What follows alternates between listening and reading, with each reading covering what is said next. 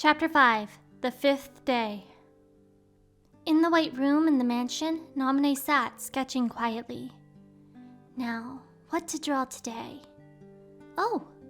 A tiny exclamation left her as she looked up from her sketchbook. She'd heard something just now. A voice. Sora? A hint of sorrow crept into her expression, and she focused on her sketchbook again. Then the door opened. Namine. It was him standing in the doorway.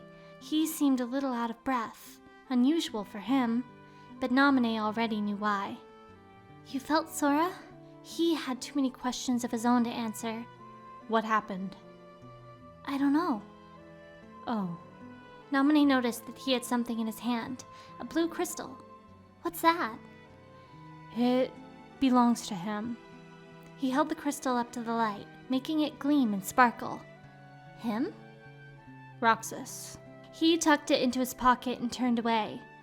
Did you go see Roxas again? I didn't see him. Namine would have liked to know how he had taken something belonging to Roxas without seeing him. She asked a different question instead. Then, did you run into anyone else? Anyone else? He turned to face her again. Who are you talking about? You'd know if you did. Don't worry about it, Namine replied, looking at one of the drawings she had pinned up on the wall. It showed a chestnut-haired boy and a red-haired man. Both were wearing black cloaks.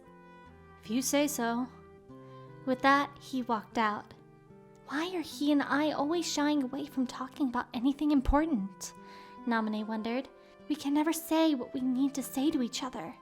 We still can't. Diz faced the screen in the computer room beneath the mansion. Sensing another presence, he turned. There you are. His progress is astounding. He gestured at the number on the screen. What happened? He asked, and took a blue crystal from his pocket to put it in the embroidered purse he'd taken the other day. Nomine's encounter with Roxas put his heart in contact with Kyrie's, Diz explained. And that, in turn, affected Sora, you see? Namine. She's something else, he remarked, fidgeting with the purse. She wasn't born like other nobodies, Diz explained flatly. She can tamper with the hearts and memories of Sora and those aligned with him. Namine was special. The darkness in one's heart could become a heartless. When it did, a nobody was born. But Namine had originated from a girl with no darkness in her heart. Her very existence was unique. But whose nobody is she? Diz smiled at the question behind his bandages. That's right. I haven't told him yet. I could tell you, but first perhaps you could tell me your true name. He pushed back his hood. The features he revealed were gold eyes and silver hair. It's Ansem. Whatever answer Diz had thought he might receive, Ansem wasn't one of them. Such an answer could only be in jest, or so it sounded to him. It's an honor, Ansem. As Diz went on chuckling, he drew up his hood again and left the room. He was falling through endless darkness, falling and falling and falling, forever. Roxas woke with a start, drenched in cold sweat. He felt a little better seeing himself at home in his own room. Just a dream, he mumbled under a huge sigh. Or was it? He'd slipped and fallen from the clock tower, and he couldn't remember anything after that. Which parts were the dream? He couldn't tell dreams from reality. He dreamed of that girl again, and he'd seen her in town the other day. Now he wasn't sure what was real. Namine, Keyblade, Axel, Sora, Kyrie, Riku, Ansem.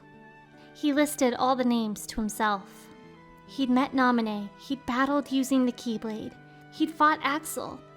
And then there was the man swathed in red bandages. And the man in the black cloak. Kyrie, the girl Sora liked. Riku, Sora's friend. Which parts had he dreamed? He didn't know. Roxas clambered out of bed and listlessly started to get dressed. Hayner, Pence, and Olette. Those three were his friends, and that was unquestionably real. So, of course, he had to go to their haunt. There were only 3 days of summer vacation left, and they hadn't been to the beach yet. Roxas left his room. A passing train rumbled over their hangout. Olette was arguing with Hainer, which didn't happen often. "We've only got 3 days of summer left," shouted Hainer. "Don't even talk about that assignment." But we agreed that we'd get it finished today, didn't we, Roxas? She looked to him for support. Roxas was no help. Yesterday, didn't I fall off the clock tower?" Olette flinched at the idea. "You wouldn't be here if you did," Hainer said. "Man, it was a close one, though." Pence laughed. So he hadn't fallen? Roxas cocked his head. He was so sure he had. Or was that just another dream? Stop changing the subject! Olette scolded them. All right already. Hainer stood up with a sigh.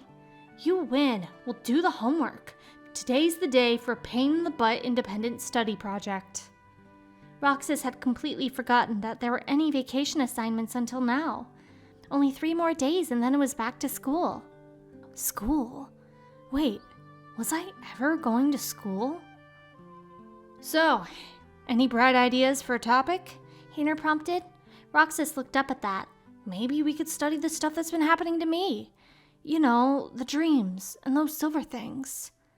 Hainer cut him off. "Forget it." "How come?" Roxas protested. Pence and Olette exchanged glances. "You know how things have been weird with you and around town since those photos got stolen?" Hainer said. Roxas nodded. "Tomorrow everyone's gonna search the town and find out what's been going on," Pence said brightly.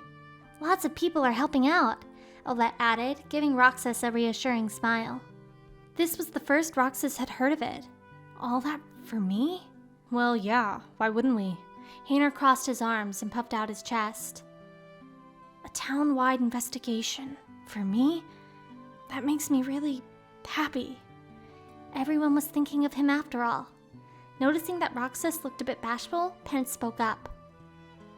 "So there's this weird rumor going around. You want to hear it?" "A weird rumor," Olette said. Pence made a grim face for effect and went on in a creepy, hushed voice, like an old woman telling a story at a campfire. "You know the stone steps at Sunset Station? We take them all the time without even thinking about it. But there's something very strange about them. You'll count a different number of steps going up and down." "Seriously?" Hainer blurted. "And there are 6 more weird stories like that," Pence said in his normal voice. "It's like the 7 wonders of Twilight Town." "We can investigate those for a project! Pence, you're a genius!" Hainer gushed. Olette nodded too. "There might even be more urban legends around," Pence added. "Let's split up and look into it." Hainer dashed to the entrance. "Okay, Olette and I will go find some new rumors. Come on!" "Slow down, Hainer," Olette called, chasing him. "That leaves you and me, Roxas," Pence said. "Let's try the train first. To the station." Roxas nodded and they left their hangout together at a run. Twilight Town had 2 train lines, the one that ran to the beach and another local line that went through town. The other end of the local line was Sunset Station over in the residential terrace. "Here I go, Pence." Roxas hopped on a skateboard he found sitting outside and took off for the station. "Hey, Roxas, no fair!" Pence tried to run after him. It had been a while, actually, since he'd ridden a skateboard. He liked the wind on his face as he zipped along the streets. When he thought about tomorrow, he felt better than he had in a while. Tomorrow, everyone would come out to help him search for the secrets behind all these strange things happening to him. Knowing that, he felt like not even the dreams or those silver creatures could bother him. He sped through the city on the skateboard and waited in front of the station for his friend to catch up. "Took you long enough, Pence." Pence came running, breathing hard, his shirt soaked with sweat since he was a bit on the heavy side. He huffed and glared reproachfully at Roxas. "Oh, sorry." Roxas did feel bad at that. He hung his head apologetically. "Oh, it's fine. Come on, let's get on the train." Pence smiled at him and climbed the steps to the station, then pulled the door open. Roxas followed him in. He was pretty sure that the local line had no fare. They continued up the steps to the platform to find that a train to Sunset Station was waiting. "And now we hunt for the 7 wonders," Pence said in his creepy voice, grinning with anticipation. "Not without us," Hainer announced, storming the platform with Olette. "Whoa, you find new rumors already?" asked Pence. "Nothing on Market Street," Olette said. "You twerps aren't gonna scoop us. We're going to the terrace too." Hayner jumped into the train car. Olette looked exasperated. Honestly, it's not a race, Hayner. It is now, Hayner declared, poking his head out. Roxas and Pence exchanged glances. I guess we're all going, Roxas said. Pence and Olette stepped onto the train with him. The familiar rumble of the train was relaxing, though Roxas usually heard it from outside rather than in. The four of them all sat apart, staring out the windows. The light from the lowering sun shone softly into the train car. It's so pretty, Olette said, and took something out of her pocket, her yellow crystal, the one Roxas had given her from the struggle trophy. Smiling brightly, she held it up to the light, where it sparkled. Hayner and Pence followed suit and took out theirs. The crystals all glistened in their respective colors. Roxas stuck his hand in his pocket, but the crystal wasn't there. He couldn't find it anywhere. His blue crystal. Where could he have put it? The others had theirs, sparkling in the low sunlight. Roxas looked at them blankly. Come to think of it, he had lost something else like this when he had every reason to think he had it. Olette's purse. The photos, Olette's purse, and now his crystal. Why do my things keep disappearing? The moment the train came to a halt, Hayner jumped up. Come on, Olette, hurry! She paused to exchange glances with Roxas and Pence, then ran after Hayner. I say we take our time, Pence said blithely, stepping out to the platform, and Roxas followed him. Sunset Station was on a rise overlooking the neighborhood. The stone steps that led up the slope were supposed to be one of the 7 wonders. This is it, right? The stone steps that count differently going up and down? Roxas said, peering down the steps. Actually... Pence grinned as he examined the steps. It's the stupidest thing ever, but... What? Roxas said. Pence started walking down them. The only one who counted them was Rye, and he's like, every time I count, it's different, you know? So there it is. He shrugged. If Rye was counting, he would get a different number every time. You mean he just counted wrong? Roxas sighed. Pence nodded. Roxas slumped in disappointment. Ugh, really.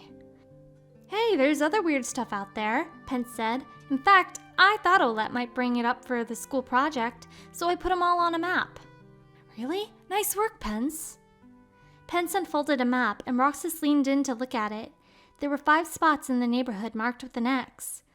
One was the steps they were standing on. What about the last 2? Roxas said. I'll tell you after we investigate the first 5, Pence smirked. He walked down the hall that led to the room where Sora slept. Pods lined the hallway, but only 2 were in use. He looked up at the 2 fast asleep inside them, the king's loyal servants, Donald and Goofy. The others were all empty, though some of them showed traces of past use. But whoever slept in them had nothing to do with him, he thought, even though he sensed a powerful scent very similar to his own. He opened the door. Unlike the corridor, this room was full of serene white light. In the middle of the space, Sora was sleeping. Up until now, he hadn't been able to feel Sora without looking straight at him. Today was different.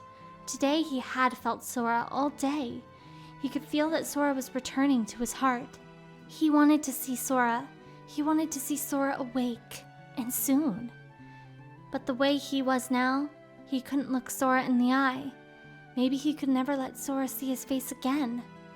He felt like he hadn't truly met Sora again since that night, the night when their island was destroyed. Could Sora ever truly forgive him? He pushed back the hood of his cloak to show his silver hair and looked up at Sora with amber eyes. This form that he hated more than anyone. He had given his name as Ansem to Diz. It wasn't quite a lie. That's right. I am Ansem, the one who covered the world in darkness. His eyes remained fixed on Sora. Just like the stone steps, the other 4 wonders on Pence's map turned out to be nothing remarkable.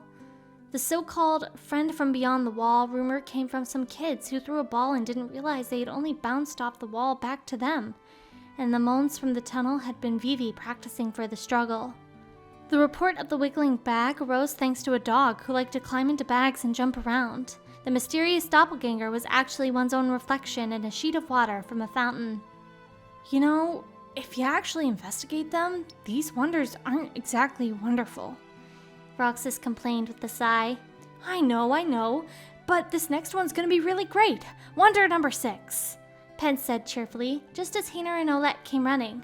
They announced their findings in rapid succession. We got another lead. The ghost train mystery. Pence shrugged. Yeah, everyone knows about wonder number 6. Well, I didn't, snapped Hayner, crestfallen that their hard-found scoop wasn't much of one. Where's the train run? Roxas asked Pence. They say you can see it from Sunset Hill. Sunset Hill at the edge of the terrace was famed as the best viewing spot for Twilight Town's sunsets. Well, what's the mystery? Roxas wondered. They say that the train is always empty, Pence said in his creepy voice again. No driver, no conductor, no passengers, not a soul aboard. It comes at nightfall, Olette added. Let's go check it out. They nodded at Hayner's directive and headed for Sunset Hill. From up on Sunset Hill, they could see the sun sinking into the distant sea. To see the train tracks, they had to go to the edge of a steep precipice, which was cordoned off with a low fence. If the rumors are true, it'll be here any minute, Hayner said, plopping himself down on the ground. Beside him, Roxas lay on his stomach, dozing off. Olette was stretched out on the ground too, while Pence slowly sat down with his legs extended in front of him. We've got to make it to the beach next year, Olette murmured, watching the sunset. Hayner leaned forward. Yeah, better get jobs the second vacation starts. Next year. Right. Next year there would be another summer vacation. This one was almost over. But they'd have next year to try again. Letting his mind wander, Roxas found that the perfectly obvious fact cheered him up. Oh, look, a bunch of slackers. What are you even doing out here? The 4 friends turned at the sudden voice of Cypher. What do you care? Hayner retorted, sounding enormously annoyed. I don't. Tell me anyway. We're waiting for the ghost train, Pence said without a care in the world. Waiting for the ghost train. Cypher burst out laughing. It was mean laughter, and Roxas couldn't stand it. He got to his feet and glared daggers at Cypher. Why does looking at you always tick me off? Cypher remarked, cracking his neck. I don't know. Maybe it's destiny. Destiny, huh? In that case, let's be friends. Strangely, Cypher's expression softened. I don't feel like cooperating with destiny. When have you ever cooperated with anything? Hayner said. Cypher brought his fist to his chest and cracked a smile, then turned away. Cypher? Olette called after him. I know. Tomorrow. Cypher waved without looking back at them and ambled off. Then, from the distance, Roxas heard a train whistle. There it is! He cried, running up to the edge. Roxas? Hayner said quietly from behind him. The train! It's here! There it was, slowly passing before him. Unlike the trains that went around town, this one was violet. He could see through the windows in the very front to where the driver should have been, and no one was there. It's true! The train plunged into a tunnel and disappeared from sight. There's really no one aboard. Roxas whirled back to the others. What's the catch? There's gotta be some dumb explanation, right? His friends didn't look at him. They exchanged glances with one another. Hayner seemed dubious, Pence a bit surprised, and Olette worried. And none of them said a word. So it's real, right? Let's go to the station. Roxas broke into a run. Slow down, will you, Roxas? Hayner chased after him with Pence and Olette close behind. On the hill lit by a sunset glow, a man in a black cloak appeared from a cloud of static and silently trailed Roxas and his friends. When they ran up the steps to Sunset Station, Roxas was completely winded, barely even remembering to breathe. The violet train was stopped at the platform. Let's check out the inside. As Roxas lurched for the train doors, Hayner caught his arm. What's wrong? You'll get hurt. Hayner was looking past him at the train, or rather, at the empty space above the track. Roxas looked back again and saw that there was no train. But, huh? What? It was just there. The train will be arriving shortly. The station announcement echoed over the platform. A local train came in and eased to a stop. The doors opened and passengers stepped out, including Fu and Rai. A train came in from the beach, and it didn't have a driver, right? Roxas said blankly. Let's go, Pence said, more for his own benefit than anyone else's. But you saw it, right? Come on. Beside them, Hayner shook his head and pushed Roxas toward the local train. Didn't you see it? Roxas protested. No, we didn't. Hayner's voice was low as he shoved Roxas aboard. The other train had never been there. Roxas was the only one who had seen it. The bell signaling departure rang, and Alette and Pence hopped into the train car too. The train took them back into the center of town. None of them spoke during the train ride, nor as they disembarked at the central station and walked outside. Finally, Hayner spoke up, trying to shake off the gloomy mood. Well, time to go home and work on that project. The rumors were all bogus. The end. Pence said with a worried glance at Roxas. We can still make it sound good if we write about all the work we did, Alette pointed out gently. Roxas stared miserably at the ground and mumbled, But what about the last one, the seventh wonder? Who cares? Snapped Hayner. Roxas ignored him. Come on, Pence, he said, approaching the stockier boy. Fine, whatever. Hayner angrily ran off. Alette stared after him and then turned. Roxas? She said anxiously, but Roxas turned his back on her and stared pointedly at Pence. It's at the Haunted Mansion, Pence sighed. The Haunted Mansion? Pence and Alette exchanged a look and followed Hayner. I don't get it. Why is everyone acting like this? Roxas thought. The train was there. It stopped at the platform. Does this really mean no one else could see it? Then why was I the only one who could? He didn't understand any of it. As the sun's red glow streamed over the plaza in front of the station, Roxas took off for the Haunted Mansion. Naminé had finished her drawing of a red-headed girl in the middle of her sketchbook page. She set down her pastels with a small sigh and raised her head. The room was covered with drawings she'd done in the past year. They were all scenes she had come to know from Sora's memory, even though she had nothing like that of her own. I have no memories of my own. There was no breeze, and yet she had sensed the curtains stirring. Naminé stood up.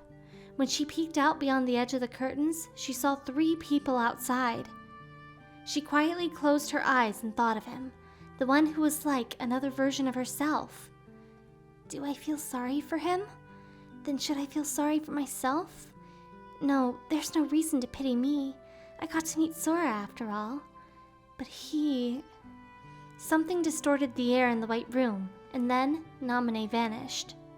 He ran all the way to the mansion, hardly pausing for breath. Out there, it was as hushed as ever. Nothing was there. Nothing was going to happen. Roxas stared at the gate with its enormous lock. You know, a voice said from behind him. Roxas jumped. Ack! Pence? It was his friend standing there. We were gonna check out the mansion tomorrow. It's the most suspicious place, after all. Pence acted as if nothing at all was amiss, and he was staring up at the house too. Oh, right. Roxas hung his head, a little depressed to hear yet another thing he'd missed. Even Cypher's gang is gonna help. Surprised, Roxas looked up. Cypher? Yeah.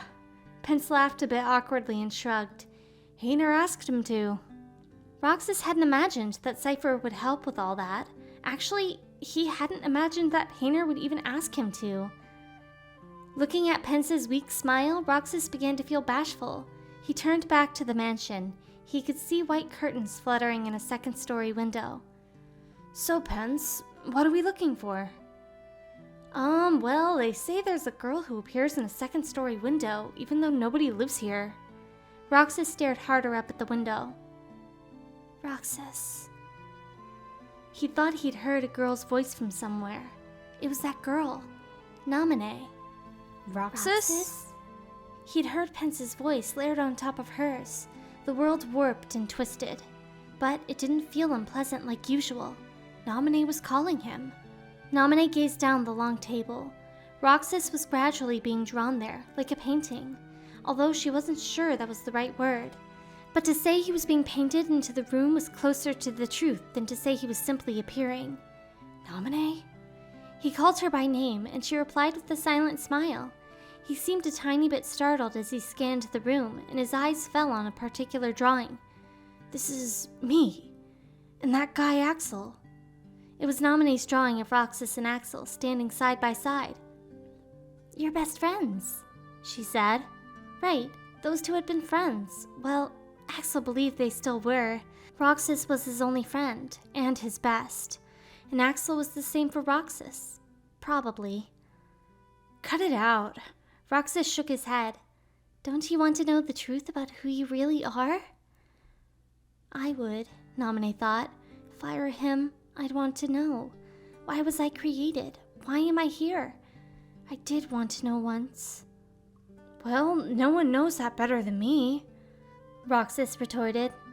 Nominee looked down. "Of course. But I don't get what's happening lately." At that, she pointed to one of the pictures on the wall, a drawing of Sora with Donald and Goofy. "You know those three, don't you?" "Oh yeah, Sora, Donald, and Goofy," he murmured, examining the picture. "They're from the dreams." Nominee took in a big breath and spoke slowly. "About a year ago, some things happened, and I had to take apart the memories chained together in Sora's heart. But now I'm putting them all back, just the way they were. It's taken me a long time, but pretty soon, Sora will be his old self again. The process is affecting you, too." "You mean the dreams?" "Yes, you and Sora are connected." Directly behind Roxas, there was a drawing of him and Sora, holding hands. Nominee's eyes fixed on it as she continued. "In order for Sora to become wholly himself again, he needs you. Because Sora hasn't been whole since then, since the moment you were released from his heart." "Me? What for?" Roxas said. "You hold half of what he is. He needs you, Roxas." Downcast, she thought, "But who needs me?" "Nominee, who are you?" She raised her eyes at him again. "I'm a witch, with power over Sora's memories and those of the people around him." Roxas frowned. "A witch?" "That's what Diz called me. But I don't know why I have this power. I just do. I'm not even sure there is a right way for me to use it." She shook her head. "I don't know much of anything for sure." But that was why she wanted to know how Roxas felt, what he would do. "Yeah, I can't help you there." Bewildered, Roxas smiled awkwardly. She couldn't help but smile back. They shared a few moments of quiet. Then, as if he couldn't bear to look at her for too long, Roxas turned his attention to the room again. Among the significant number of drawings tacked up on the wall, the ones of men in black cloaks got his attention. Nominee noticed something about those men tugged at his mind. But right now, he probably didn't know any more about them than she did. "You know, it's funny. Suddenly, I feel like I don't know myself at all," Roxas said. "I guess I would like to know. What do you know that I don't?" "You..." Nominee raised her eyes and told him, "You aren't supposed to exist, Roxas." His eyes drew tight. "What? How could you say something like that, even if it was true?" Seeing him upset filled her with sorrow, too. What she'd said to him was also true of herself. "You and I, neither of us were supposed to exist, just like them." "I'm sorry," Nominee apologized, looking away. "I guess knowing doesn't make a difference." If Roxas didn't need to know, there was no reason for her to keep talking to him. The instant she felt that, Roxas disappeared from the room. "There's nothing more we can talk about. It's better if he doesn't know all this. I never wanted to either." "Roxas? Roxas!" Hearing Pence's voice, Roxas twitched. "Huh?" He looked around and Nominee was nowhere to be seen. He was out in front of the haunted mansion. "Did you see her?" Pence demanded. "The window." Roxas pointed to the second-story window, where the curtains were fluttering. He felt as if Nominee was still watching him from up there, but he couldn't see her. "Ah, weak. That's just the curtains moving. I bet it's all drafty because the place is falling apart." "Yeah," Roxas nodded. "That had to be a dream just now. I was never supposed to exist? Why would she say that?" Well, let's head back to our spot. Hainer and Olette are waiting. Pence headed into the forest, and Roxas followed. Naminé. You aren't supposed to exist. Roxas glanced back at the mansion once more. There was no one at the window. He walked slowly through the mansion.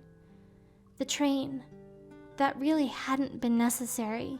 He couldn't understand why Diz would deliberately do something so uncalled for.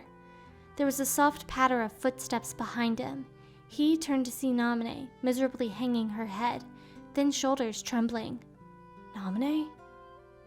You once said the darkness would lead you. She didn't look at him as she spoke, and her voice was barely audible. He realized that she might be crying. Your darkness belongs to you. You need it. What are you getting at? He stepped closer to her. The world needs darkness. Light exists because there is darkness. So what about us? Finally, she looked up at him. What about us? We are neither darkness nor light, Naminé mused. Why were we even born? Olette greeted them back at their hideout below the tracks. Hey guys, how'd it go? The true identity of the girl in the window is a curtain flapping in the wind, was Pence's mock report. Roxas looked for Hainer, but he didn't seem to be there. Is he mad at me again? I figured it was something like that, Olette said. So the report's already done. All right, Pence jumped for joy. So wanna go find Hainer? He's probably at the station. Olette had noticed the way Roxas was looking around. She went up to him. You know, we only have 2 more days together. Huh? Something about the words felt like they carried some special meaning. You know, of summer vacation, Olette said. Oh, right. Only 2 more days of summer vacation. School would be starting before they knew it. He paid a visit not to the computer room, but to one of the rooms in the mansion. Since Sora's condition had settled, Diz didn't spend as much time in front of the screen. Apparently, he was nearly finished with those documents he'd been typing up too. Why did you let him see the train? He asked. At the question, Diz raised his head with a hint of a smile. Because he missed the trip to the beach. That's almost kind of you. Diz averted his gaze. Now, what about you? Are the holes in your memory starting to fill in? Yes, the haze is clearing, he replied and closed his eyes. What came to mind was that island, the sea, the sky. Sora and Kairi smiled in his memory. He sat down in a chair facing Diz. The same thing is happening to everyone who has ties to Sora. Very soon, he'll seem like a good friend who was away for a year. Diz's eye winked as he gave a satisfied smile. I've been waiting, and now I want to know. What is it that you want? His eye widened again. Revenge. He looked at the floor. He hadn't expected to hear that word out of Diz's mouth. Now to wrap things up, Diz said. We must dispose of Naminé. He frowned beneath his hood. She did a splendid job with Sora, but it's high time she disappeared. Roxas isn't the only one who was never meant to exist. Take care of it, Ansem. Making no reply, he remained unmoving. Atop the clock tower, Hainer nibbled at his sea salt ice cream and watched the setting sun. Tomorrow, we search the town, he said when he noticed that the others had joined him, but he didn't look away from the sunset. The next day's the festival, Pence added, turning back to Roxas and Olette. And the last day of summer, Olette said cheerfully. Don't remind me. It's already making me sick. Hainer dramatically rubbed his gut. From what I've seen, the culprit for that would be all the ice cream, Pence teased. From behind him, Roxas was watching his friends. 2 more days of summer vacation. Only 2 days left for them to be together. Still, they had those 2 whole days. You were never supposed to exist. That's what Naminé had said to him. He wasn't supposed to exist? He was Axel's best friend? My best friends are Hainer, Pence, and Olette, right? The clock tower bells rang in their enormous clamor. He could hear a train whistle in the distance. Hainer and the others were chatting and laughing. and yet it all felt like something happening far away. Roxas gazed at the low sun, still too bright, and tears sprang to his eyes. 2 days left of summer vacation. Restoration at 98%.